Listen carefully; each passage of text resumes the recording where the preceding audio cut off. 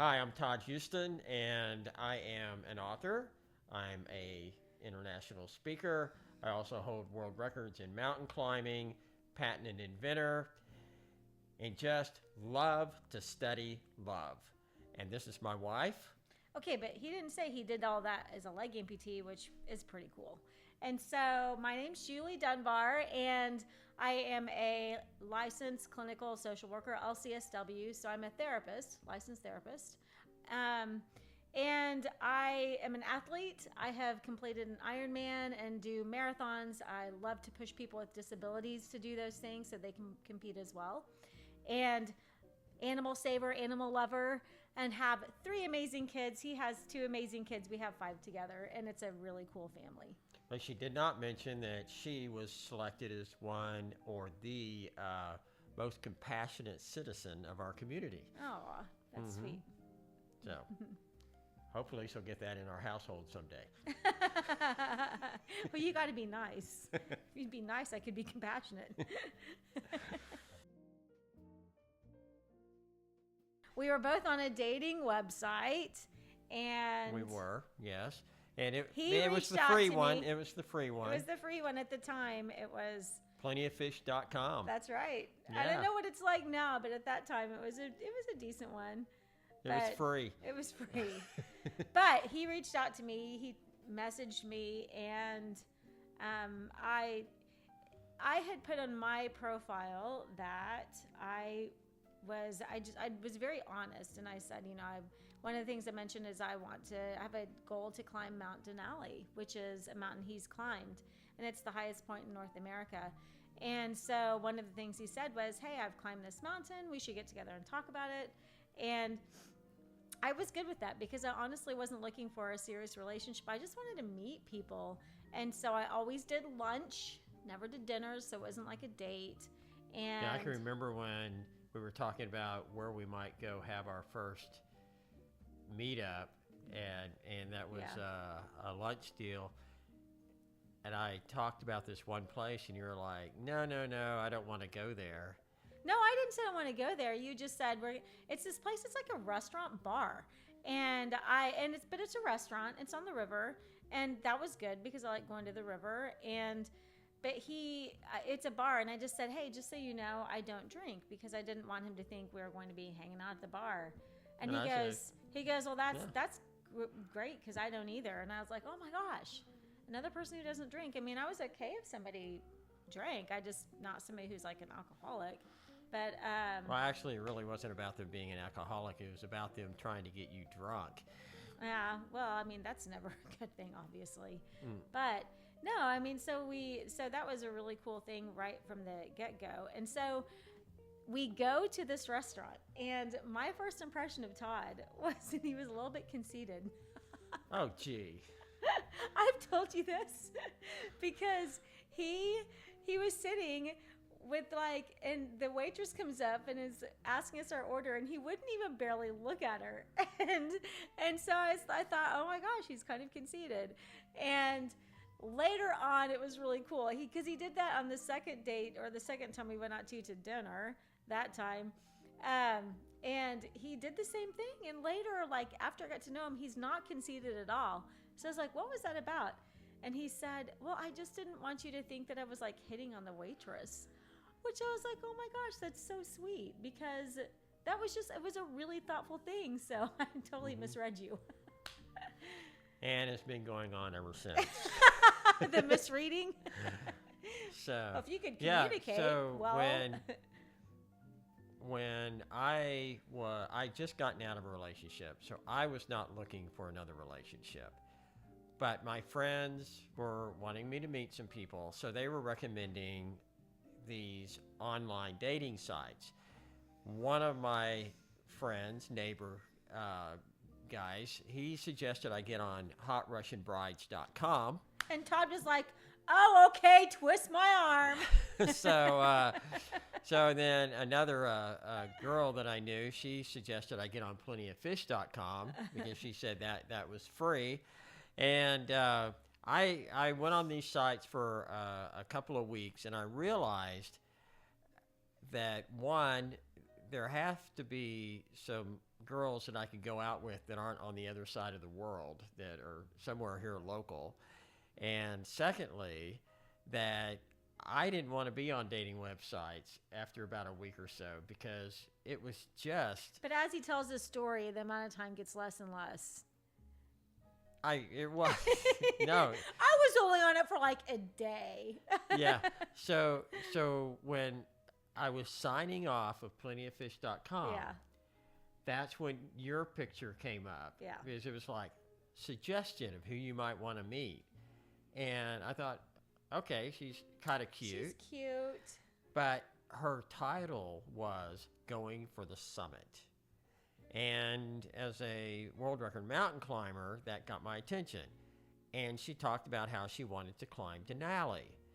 So I emailed her and said, look, I'm not looking for a relationship. He didn't say that. And I do know how to climb Denali. I know how to train for it and hopefully get down safe. So if you want to have lunch and talk about it, I don't remember that I'm not looking for a relationship, but I remember in your profile it was looking for marriage. I don't know if you remember that, but I think it really did say that. No way. It did. Really? I'm telling you, it did. I Okay. think. All right. So anyhow, I But contacted okay, her, because and you that's weren't why we got together. I think you would have said that because you weren't looking you wanted to be clear you weren't looking for a hookup. You know, I'm not looking to just like hook up with people. You want to have. You're no, not it's that either kind friends of a person. or it Yeah. would have to be a relationship. serious Which relationship. is okay. I mean, that's yeah. good. I wasn't interested in dating. So then we went the first time, and it was just real casual, talked about different things, and then we both left for the day, and I didn't hear from him for a week and a half. And I think this is a Tuesday, and the next Thursday, I think it was, he calls, or Friday, and let's talk about these phone calls for a second.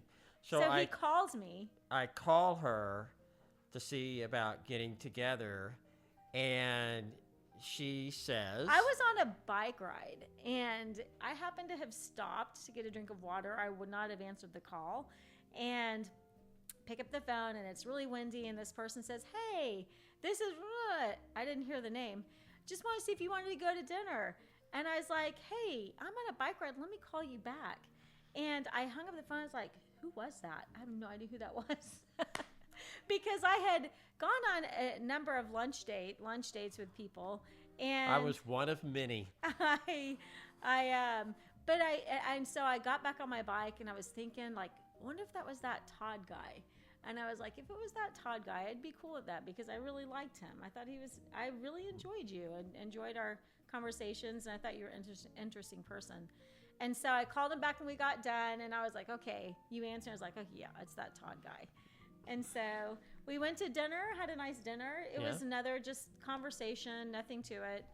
And then didn't hear from you for another 4 days. Mm-hmm. And he called, and I happened to be meeting my running group that night. And so he said, do you want to go to coffee or something after you run? Yeah. And we did. We went to our little coffee shop called Shades of Brown. We sat at the little bar barista area, barista bar, yeah. And we started talking about spiritual things. I mean, he threw something out that I don't normally get because I'm not religious. I'm more spiritual. I believe in the higher power, but it's hard to find people who aren't ultra religious or have nothing to do with religion or spirituality. And so, or they're just really flaky in it. Yeah. So, and in my case, what I was wanting to do was to say, all right, if I'm going to get involved with this person in a formal relationship, then I want to make sure that we're really compatible in a spiritual And that was way. something that was important to me too. And honestly, we're in the Bible Belt, and there are a lot of, I have nothing against religion. I applaud anybody and whatever their journey is. There's no judgment. It's just where I was. I wanted somebody who had a really good balance with that. So I knew that if I asked her this question, I figured if it goes over her head, which most likely it will, then we will be friends because she's just a really nice person. So I went ahead and made my statement, and to my And I was shock like, and surprise. I said, what? I said, that's what I believe too. Whatever it was he said. And then you answered with something even deeper. And then it just went deeper, deeper, deeper, And deeper. at that moment, we were like, this is it. This is it. And it's been that way for... way too long.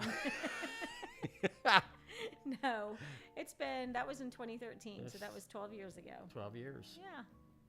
Yeah. And the rest is history. I'm really patient with him, which is a really good thing. Ditto. Oh, sense of humor is really good. You've got to have a sense of humor. A lot of humor. A lot of humor.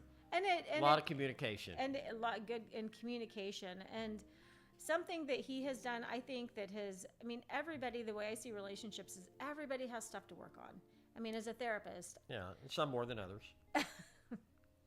As a therapist, and talking to people every day, and people feel like I have to be perfect or put myself out there to be perfect or try to be perfect in my relationship. And, honestly, it's not about trying to be perfect. It's about being vulnerable and honest in the things that you have to work on. And that's something that Todd was able to really help me to see and feel safe being vulnerable. And that's really important in a relationship, too, that each person is doing the things to help the other person feel safe being vulnerable. And which could also require a lot of patience. It does require a lot of patience and respect. Yes. And so the things that I have needed to work on, which, basic insecurities that people have, and he's been very patient with that from the very beginning. And because he was so patient, and it's not like, hey, Todd, I saw you talking to some girl, and he didn't just spout back and go, well, how dare you? I can't believe you're not trusting me. I haven't done anything to deserve that. He was like, hey, Jules, I love you, and we're in this forever. I understand that this is, everybody has insecurities. We can work on this. And so what it helped me to do is realize it helped me to go within myself and start working on myself. Because if he would have fought back, then I would have gotten defensive back, and it would have just continued to be like this. And so I think that's something that really helps a relationship be strong, is really hearing the other person and respecting and not judging them, because we all have stuff to work on. And he is really good at being very patient with my stuff. He's very good at being patient with my stuff. So. Yeah, and you are very compassionate. Aw. So you. I can always count on you being there for me when I need you. And if there's something that I'm struggling through, I know that I can come to you and just lay it all out on the table, and you will hear me, and you will support me. Absolutely. Yeah. That's something that I started to think about in our relationship together, and it's been great to help others when I talk with others about relationships, and when we talk with others about relationships. Including some of our ex-girlfriends. Yeah, because they're all part of they're a friend group. Mm-hmm. And just because they're ex-girlfriends or boyfriends doesn't mean we can't be friends, which I love that. And that's continuing that connection and respecting each person and their relationships throughout their life. But, a lot of people see it as like, oh, I want somebody to complete me. And that's a very media view of love, and it's not healthy. And really, it's two whole people coming together, and it doesn't mean you have to be perfect, but it's that you are you're willing to do the work on yourself, and willing to be vulnerable, and willing to help the other person, and looking at this person and saying, hey, the stuff they have to work on, I'm good with that, and we can work on these things together. And you're coming together, and you're taking hands to help each other out, and also support each other, so you can both go out into the world, be the best versions of yourselves, and make a difference in the world in whatever way you're meant to do that. Yeah, because we're always focused on what do we have to do to be the best version of ourselves, but we're also putting out there what do we need to do to help our partner be the best version of themselves, and support that, because we know that's going to make the strongest relationship. Right. And it's also going to be a relationship that blesses other people in the world, whether we go out there individually or we go out there together. Yeah. Yeah. works pretty so well. it has been it's always a learning experience and a growing experience, and I'm really, really grateful. Mhm. Really grateful. So, a lot of times people will, I'll say something to my kids, or I'll say something to other people. I said, look, if you're looking for what a really great relationship looks like, look at the one that, like your dad has Yeah. with Julie, or, the one that Julie and I have. Yeah. And, they really, I can tell, they want to know what our secrets are. Yeah. And I don't know if we really have a secret. Not just like one secret. Can you think of any one secret that we have? No, I think it's just like a sense of humor and respect, vulnerability, creating a space that's safe so that we each have the ability to work through our things. Patience. Trust, yeah. It's just those things that that create a healthy relationship. But I think a lot of it is that creating a safe space where we're each able to be vulnerable and work through our things, because everybody has things to work through. And if you kind of that area where you can be where you're not going to be judged. Yep. Or when you are being judged, that what was that? that it's a very temporary thing, that you you mean work when you through didn't do the dishes? No, I'm kidding. Or whatever it may be. I'm kidding. Yeah. So Yep, that's helpful. But where that you can work through things together. Yeah. And if you have something to say, or you can feel vulnerable. Yeah. And be safe. Yes. So Todd is like this little kid. In fact, I have to remind him, it says to be childlike, not childish. And that is a constant reminder. But one of the things I love about Todd is how childlike he is. And he loves to give surprises. And from little things to really big things, like a wedding. So, and an engagement. I didn't even know I was getting engaged or married. We have a New Year's Eve party. We used to have an annual New Year's Eve party. And I was preparing for my New Year's Eve party and decorating for it. And little did I know, I was actually decorating and planning for my wedding. Well, it made it a lot easier for everybody. Especially you. Exactly. Gosh, which is what matters. And it kept it, cheap. Ish. So, Ish. But no, so it was really sweet because he and my oldest daughter, well, and actually my middle daughter too at the time, she was not home as much in Tulsa, but my oldest daughter was. So they kind of worked together to create this. And yeah, so basically what I did was I thought we need to take our relationship to the next level and be married. So I spent 6 months working without her knowledge, planning a wedding. Now, any guy out there can tell you, trying to keep something away from your girlfriend or your spouse for 6 months, in and of itself, pretty good feat. is quite a feat, right? So what I was able to do was get her daughters and other people aligned with me. I had to keep it very, very quiet. As a matter of fact, I didn't even tell my dad, but I did tell my mom because his dad was a loudmouth. He would not have been able to keep a secret. He would have busted out. But my mom was a preacher, and my brother is a preacher, so I wanted them to, help in the ceremony. So we had our New Year's Eve party, and I had told everybody to come early. Oh my gosh. And I'm sitting there. It's like the party's supposed to be starting at 7, and New Year's Eve parties, nobody ever shows up on time. People just kind of trickle in throughout the night. And so all these people are showing up at 7. I'm like, what the heck? I'm not ready. I kind of count on people being late. because you're trying to throw everything together last minute, get the food. And then on top of that, my daughter had come up to me at about like 6:45 and said, Mom, I left something over at Dad's. I've got to go get it. And I'm like, and she's supposed to be helping me. Please hurry. So she runs off and calls me around 7:10, says, my car won't start.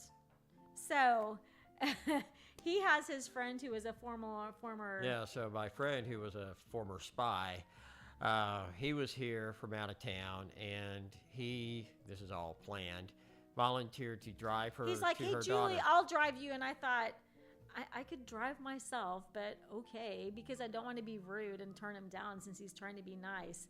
So we get in the car to go to my daughter's, her dad's house, and it's like maybe a 10-minute drive. It took us probably 15 at least because Mark was driving so slow. I mean, cars are going past us, and I'm thinking, I've got a party to get back to. I've got people waiting, and Mark is driving like a snail. Yeah. And driving me crazy. And so we get to Jordan's dad's house, and Todd calls and says, hey, how's everything going? So I'm on the phone with Mark next to me thinking, this guy is driving so slow, and I just wish he would go faster. And well, I had to give the impression that I really wanted you to hurry up and come back. and also that kept you out of being suspicious about what was going on. Yeah. And so I go, oh, it's going fine. We just got here. And he's like, you just got there? And of course, on this side, we're scrambling. All the guests are arriving, and we're putting everything together. She finally... well, I said, that's okay. Yeah, we'll be back in a little bit, trying not to be rude to Mark and say, yeah, this guy needs to drive faster. Tell me about it. And Mark, I hang up, and Mark says, I'm sorry, Julie, I was kind of driving slow. I'll drive faster on the way back, and does not. No. So they get here, and you find that we have a lot of guests. Like a house full of people. And when she's walking through the door, we know we have to get her through this group of 100 some odd people or whatever it was, so where nobody would say anything about what was getting ready to happen. And that was a little tricky. That's where his so anxiety we got you right in there, and we got her in front of everybody. We had a DJ at the house, and he asked if we had any words to say to the guest, and you told them that thank you so much for coming to the party, and you were sorry that you were a little late. Sorry, my daughter's car broke down. We had to go pick her up, and Todd takes the microphone. And that's when I got on my knee and proposed to you.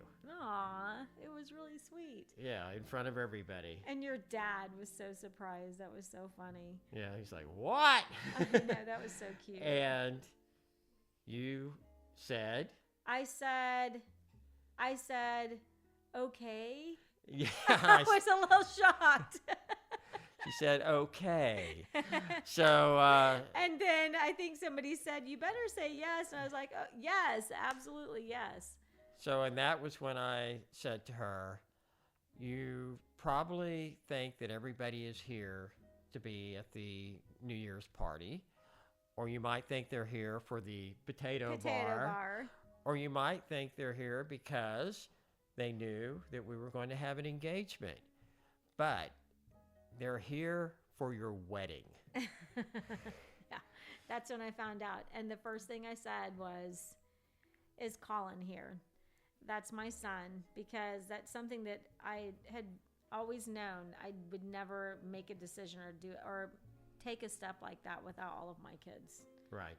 And he was in Colorado. He was in Breckenridge working for the winter. That winter, he was in college and took winter break in Breckenridge.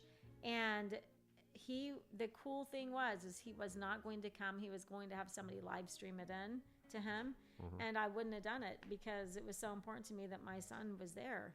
And he woke up that morning and he said, I just had this 4 in the morning. I just had this feeling I was supposed to be there. And so he called my daughter, and they figured out how to get him to Tulsa.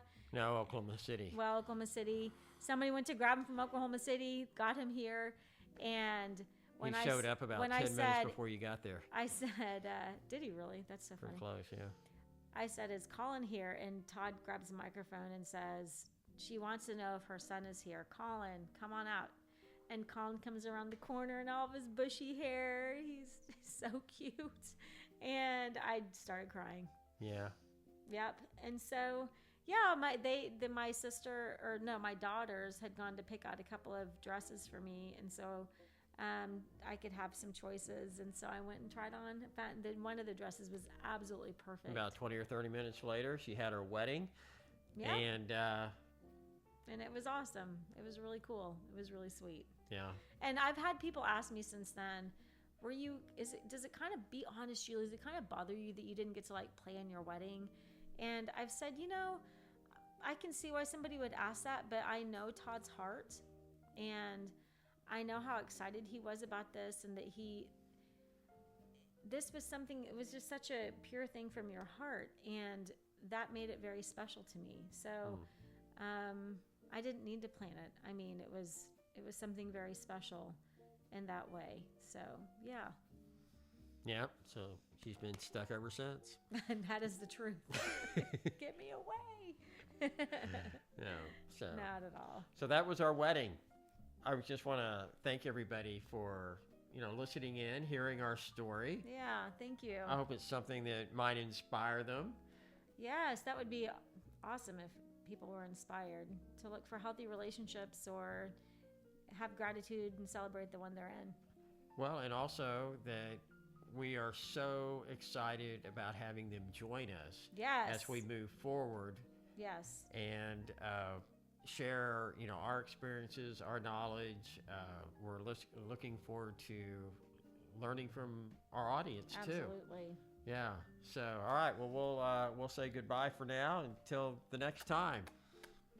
All right. Love you.